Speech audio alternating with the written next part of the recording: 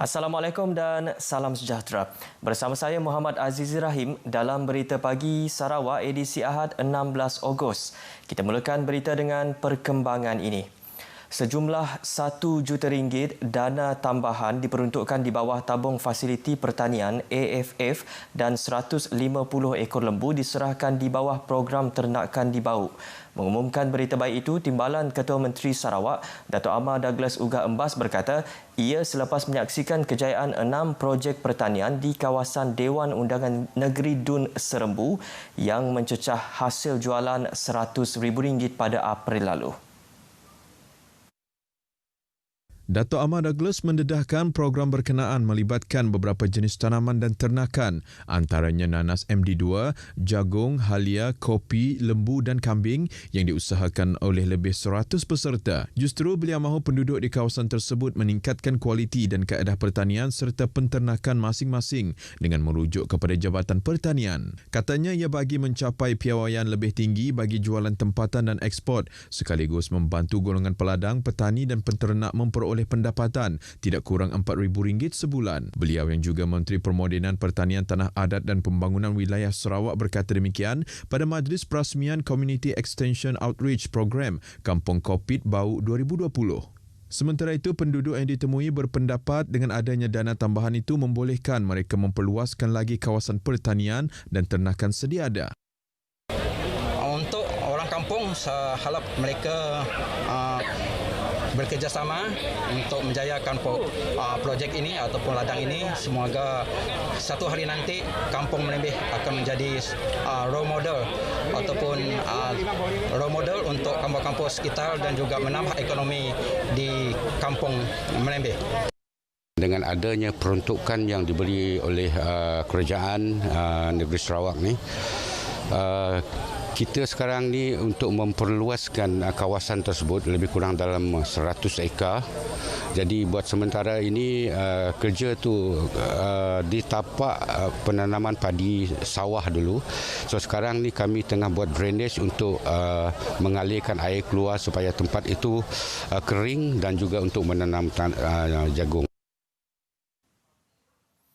Stesen penternakan kerbau meragang di Lawas bakal menjadi pengeluar keju kerbau halal pertama di Sarawak. Menteri Muda Pemodenan Pertanian Tanah Adat dan Pembangunan Wilayah Sarawak, Datuk Dr. Abdul Rahman Ismail berkata, perbincangan bersama sebuah syarikat sedang diadakan bagi membangunkan pusat pemprosesan keju di kawasan berkenaan.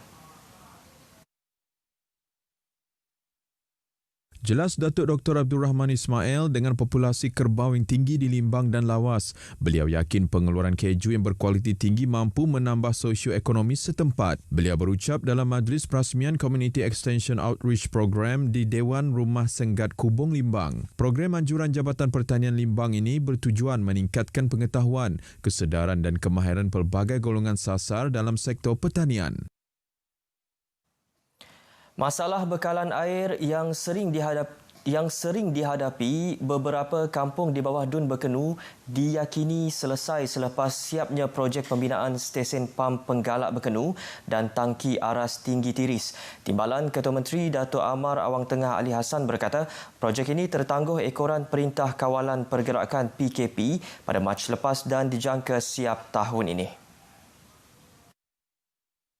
Jelas Dato' Amar Awang Tengah, kawasan yang sering mengalami masalah bekalan air ialah Tiris, Sulap Lada, Kelulit, Saih, Terahat, Depo Imigrasi dan Kuala Sibuti. Projek ini adalah projek rakyat yang dibiayai oleh kerajaan negeri. Ongkosnya 14 juta ringgit Malaysia. Dan disebabkan oleh MCO, pelaksanaan projek ini ada tergendala sikit. Walaupun pihak kontraktor telah pun bersetuju supaya projek Poster Station ini akan dapat disiapkan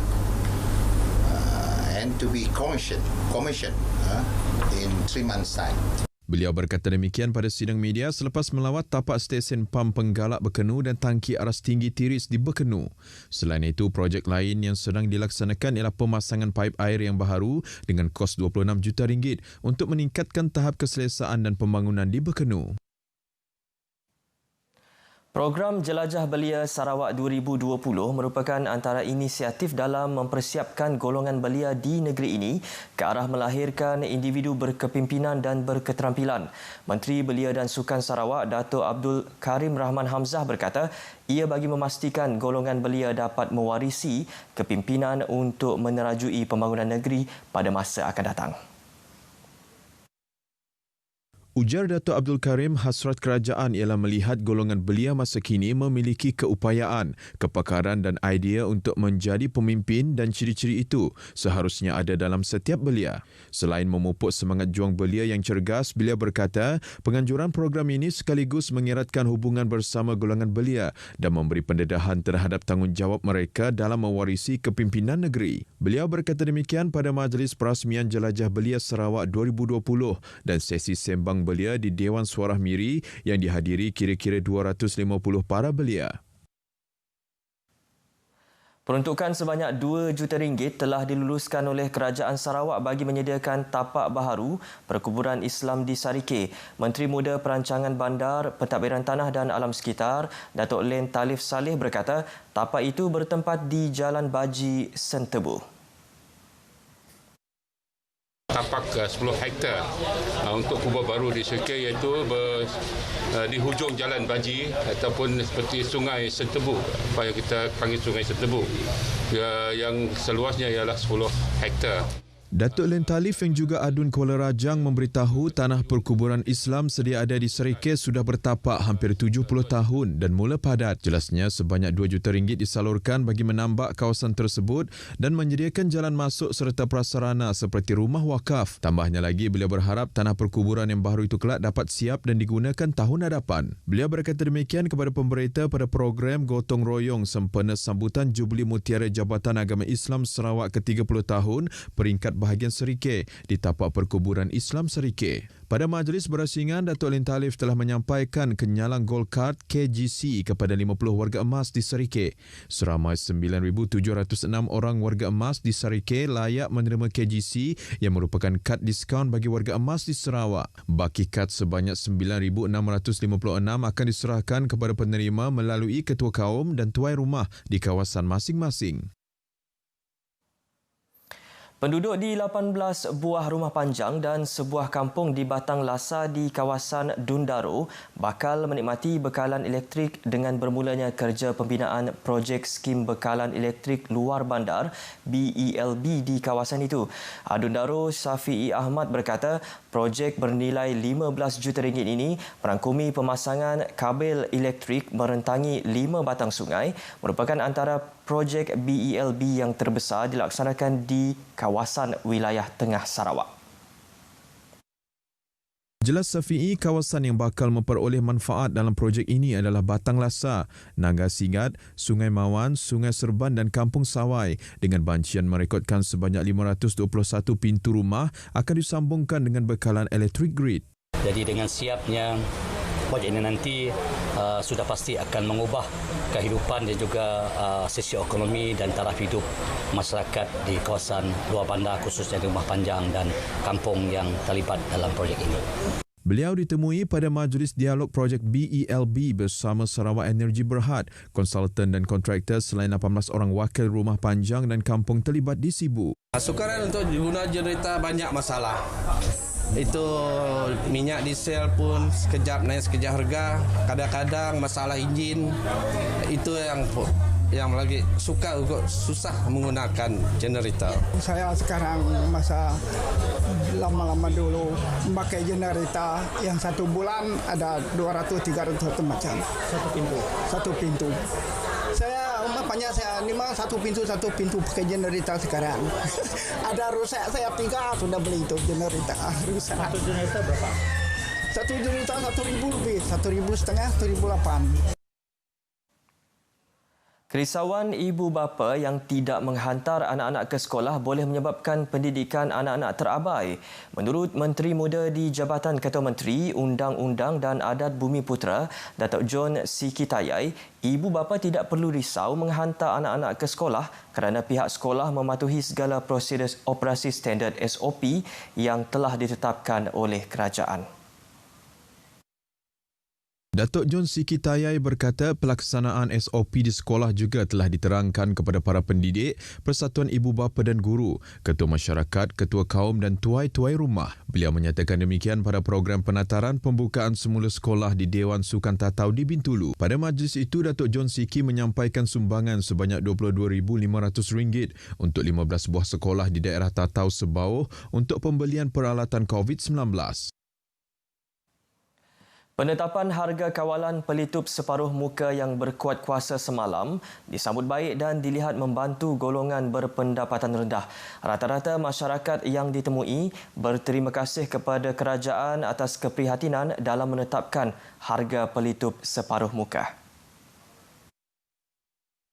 Tinjauan ke beberapa lokasi mendapati peniaga di Bintulu mematuhi penetapan harga pelitup separuh muka yang diumumkan kerajaan baru-baru ini. Alhamdulillah lah, dengan penurunan harga siling, kita berharap ia akan dipatuhi oleh semua lah. Especially ini ia merupakan kabar baik kepada rakyat Malaysia, especially yang berpendapatan rendah. Kerana kalau kita lihat pada musim COVID ini banyak yang hilang pendapatan, dan dengan penurunan harga tersebut, saya amat yakin bahawa ia sangat-sangat membantu terutamanya rakyat jelata yang pendapatannya tidak tetap. Dan satu, Alhamdulillah, terima kasih kepada kerajaan kerana buat penetapan.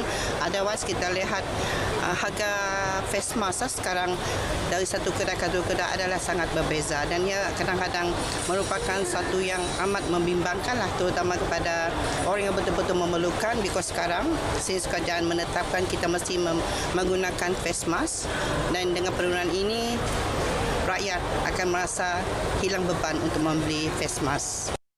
Saya rasa baguslah sebab kan dia dah wajibkan untuk semua orang pakai. So RM1 lagi affordable untuk semua orang lah. So baguslah. Untuk perkara tu kami terima kasihlah dengan kerajaan kerana memberi meringankan beban kamong rakyat tu lah untuk membeli emas tu. Semasa PKP memang very susah kamong mau cari emas. Kini tu sidak dengan harga RM1 memang bersyukurlah kamong, and rasanya macam bagus untuk yang selalu menggunakan face mask lah, terutamanya kamong yang jual kereta tu lah, sebab everyday kamong face customer memang mau pakai face mask. Tok kira okey lah since-nya udah beri harga RM1. Memang bersyukurlah kamong.